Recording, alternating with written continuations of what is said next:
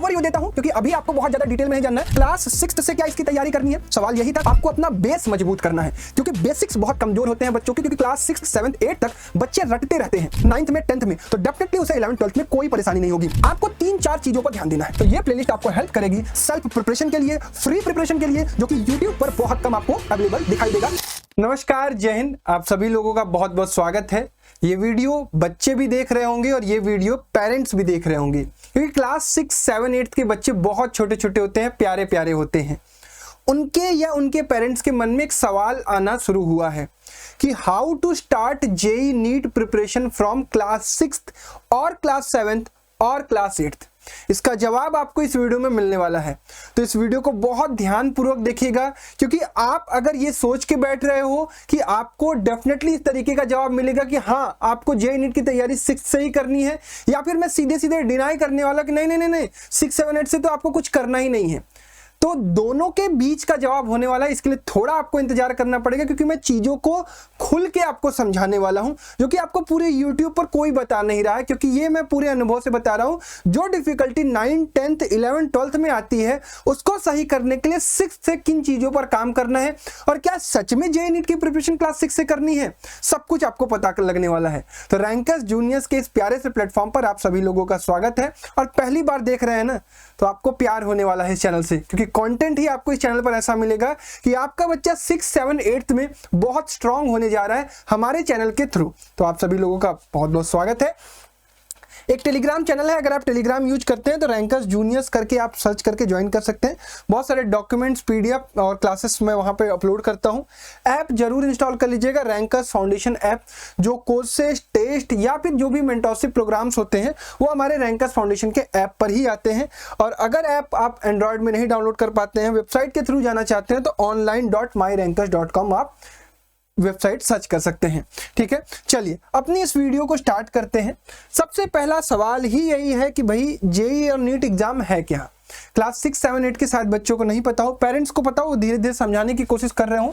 मैं एक ओवरव्यू देता हूं क्योंकि अभी आपको बहुत ज्यादा डिटेल में नहीं जानना है, बस हल्का हल्का आपको पता होना चाहिए कि जेईई क्या होता है। अगर आपको इंजीनियर बनना है, और नीट क्या होता है अगर आपको डॉक्टर बनना है। ठीक है, इंजीनियर और डॉक्टर। आप इंजीनियर और डॉक्टर क्यों बनोगे? क्योंकि आप बड़े होकर कोई एक जॉब करना चाहते हो, आप कोई एक व्यवसाय करना चाहते हो, इसीलिए आपको इंजीनियर और डॉक्टर बनना है। इंजीनियर और डॉक्टर बनने की प्रक्रिया क्या होती है? इसके लिए आपको क्लास 12th में या फिर 12th जब आप पास कर लोगे तो आपको एक एग्जाम में बैठने का मौका मिलेगा, जिसका नाम होगा जेईई। ठीक है, अगर आप इस एग्जाम को क्वालिफाई करते हो तो इंजीनियर बनने के लिए आपको या तो आईआईटी कॉलेज में या तो एनआईटी कॉलेज में आपको एडमिशन मिलेगा। ये गवर्नमेंट कॉलेज है। हर एक बच्चे का सपना होता है कि हम गवर्नमेंट कॉलेज में पढ़ें। क्यों गवर्नमेंट कॉलेज में पढ़ें? क्योंकि यहाँ फैसिलिटीज अच्छी मिलती है और आपको फीस बहुत कम देना होता है और जॉब अपॉर्चुनिटी बहुत ज़्यादा होती है। इसलिए आपको अगर आईआईटी और एनआईटी से इंजीनियर बनने का मौका मिले तो उसके लिए आपको जेईई एग्जाम में बहुत अच्छा करना पड़ेगा। नीट एग्जाम क्या होता है? अगर आपको डॉक्टर बनना है तो आप 12th या फिर 12th पास जब करोगे तो आपको नीट एग्जाम देने का मौका मिलेगा। इस नीट एग्जाम को अगर आप देते हो तो आपको एम्स में या फिर गवर्नमेंट मेडिकल कॉलेज में एडमिशन मिलेगा, जहां पर आप एमबीबीएस करोगे। क्या करोगे? एमबीबीएस करोगे। यहां पे क्या करते आप? बीटेक करते। ठीक है, एक ओवरऑल व्यू आपको मिल गया कि भाई जेईई और नीट एक प्रकार का एक कॉम्पिटिटिव एग्जाम है, जिसको हमें 12th या 12th पास होकर देना है, और दोनों ही चीजें वही हैं। इसके और इसके थ्रू आपको गवर्नमेंट कॉलेज मिलता है, और गवर्नमेंट कॉलेज में या तो आप बीटेक करते हो या तो आप एमबीबीएस करते हो, अगर आप नीट का एग्जाम क्लियर करते हो। अब इंपॉर्टेंट चीज ये आती है कि भैया अब हमें क्लास 6 से क्या इसकी तैयारी करनी है? सवाल यही था, सबसे पहला सवाल ही यही था। देखिए, क्लास 6, 7, 8 एक ऐसी क्लास है जो कि होती है फाउंडेशन की बिल्डिंग करना। यानी आपको प्री फाउंडेशन जो 9, 10th में कराई जाती है, उससे भी पहले उस प्री फाउंडेशन को अच्छा करने के लिए आपको अपना बेस मजबूत करना है, क्योंकि बेसिक्स बहुत कमजोर होते हैं बच्चों के। क्योंकि क्लास 6, 7, 8 तक बच्चे रटते रहते हैं, और जब वो रटते रहते हैं तो उनको कॉन्सेप्ट में कुछ भी चीजें समझ में नहीं आती हैं। जब वो 9th में आते हैं तो वहां से वो किताबों की रीडिंग करना स्टार्ट करते हैं। अभी तक वो बस क्वेश्चन आंसर को रटते हैं। जबकि अगर बच्चा क्लास 6 से ही कॉन्सेप्ट को समझना शुरू कर दे, चीजों को जानना शुरू कर दे, अपने टीचर से सवाल पूछना शुरू कर दे, घर पर बैठ के सवाल लगाना शुरू कर दे, तो उसे 9, 10th में डिफिकल्टी नहीं होगी। यानी आपको 6, 7, 8 में जेईई नीट की तैयारी नहीं करनी है। बिल्कुल आपको जवाब मिल रहा होगा, जेईई नीट की तैयारी आपको 6, 7, 8 में करनी ही नहीं है। यहां पर आपको 6, 7, 8 में जेईई नीट का सिलेबस पढ़ना ही नहीं है। यहां पर आपको क्या पढ़ना है? यहां पर आपको क्लास 6 में हो तो अपने क्लास 6 का सिलेबस, 7th में हो तो 7th का, 8th में हो तो 8th में। लेकिन यह ध्यान रखना है कि आपकी प्रीवियस क्लासेस का सिलेबस आपको बहुत अच्छे से क्लियर होना चाहिए, आपके बेस स्ट्रांग होने चाहिए। यानी 6, 7, 8 हो गया फाउंडेशन बिल्डिंग के लिए, यानी बेस को स्ट्रांग करने के लिए। अब यहां तक प्रिपरेशन हो गई, अब हम एंटर करेंगे 9th और 10th में। यहां से थोड़ी थोड़ी जर्नी आपकी जेईई और नीट की स्टार्ट होगी। अभी भी पूरी जर्नी नहीं स्टार्ट होगी, क्योंकि जेईई नीट का सिलेबस जो पूछा जाएगा वो मैं अभी बताता हूं अभी आपको। 9th और 10th में भी हम 9th और 10th के ही कॉन्सेप्ट को स्ट्रॉन्ग करेंगे, क्योंकि 9th मोस्टली लिंक्ड होता है 11th से और 10th मोस्टली लिंक्ड होता है 12th से। यानी 9th और 10th अगर स्ट्रॉन्ग कर ले तो 11th और 12th में डिफिकल्टी नहीं आएगी। अब जेईई और नीट की जो तैयारी होती है वो स्टार्ट होती है क्लास 11th से। अब अगर बच्चा यहां पर स्ट्रॉन्ग होते हुए आया है 6, 7, 8 में, 9th में, 10th में, तो डेफिनेटली उसे 11th, 12th में कोई परेशानी नहीं होगी। यानी ओवरऑल देखा जाए तो अगले 7 साल, 6, 7, 8 3 साल, 9, 10 2 साल, 11, 12 2 साल, 3, 2, 5, 2, 7 साल आप धीरे धीरे ग्रेजुअली अपनी मेहनत को बढ़ाते हो तो आपको 12th में डिफिकल्टी नहीं होगी। मोटिव ये है कि क्लास 6 से आपको बस अवेयर होना है थोड़ा थोड़ा। आपको अपनी पढ़ाई वैसी ही रखनी है जैसे आप स्कूल में जाते हो, एंजॉय करते हो, पढ़ते हो, मजे से करते हो, घर पर आते हो, खेलते हो। नहीं पढ़ते नहीं हो, खेलते हो। बिल्कुल खेलना बहुत जरूरी है। आउटडोर गेम्स खेलो, मोबाइल गेम्स से बचो, स्क्रीन से बचो और आउटडोर गेम्स खेलो, जितना खेल सकते हो खेलो। थोड़ा थोड़ा पढ़ाई के लिए भी समय निकालो। अपना इन्वॉल्वमेंट पढ़ाई प्लस स्पोर्ट्स में रखो, तुम्हें मजा आएगा, तुम्हारा डेवलपमेंट बहुत अच्छा होगा। क्लास 6, 7, 8 में बस इतना ध्यान देना है कि तुम्हारा कॉन्सेप्ट बहुत अच्छा हो। यानी ये हम 6, 7, 8 में करेंगे, फिर 9, 10 फिर 11, 12 में आपकी जेईई नीट की प्रिपरेशन स्टार्ट होगी। यानी ये 7 साल की जर्नी है, एक बहुत लॉन्ग मैराथन है। और आपको पता होना चाहिए लॉन्ग मैराथन कैसे दौड़े जाते हैं। लॉन्ग मैराथन में कभी भी शुरू में स्पीड तेज नहीं होती है, आपको भागना है ही नहीं।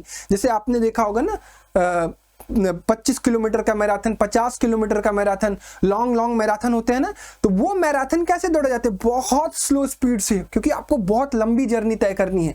तो अगर आप क्लास 6, 7, 8 के पेरेंट्स हैं या बच्चे हैं तो आपको बहुत इत्मीनान से, आराम से इसकी तैयारी शुरू करनी है। अब आपको करना क्या है, ये इंपॉर्टेंट सवाल था आपका, क्योंकि आपने इस वीडियो पर यही क्लिक किया था कि हमें जेईई नीट की तैयारी करनी है।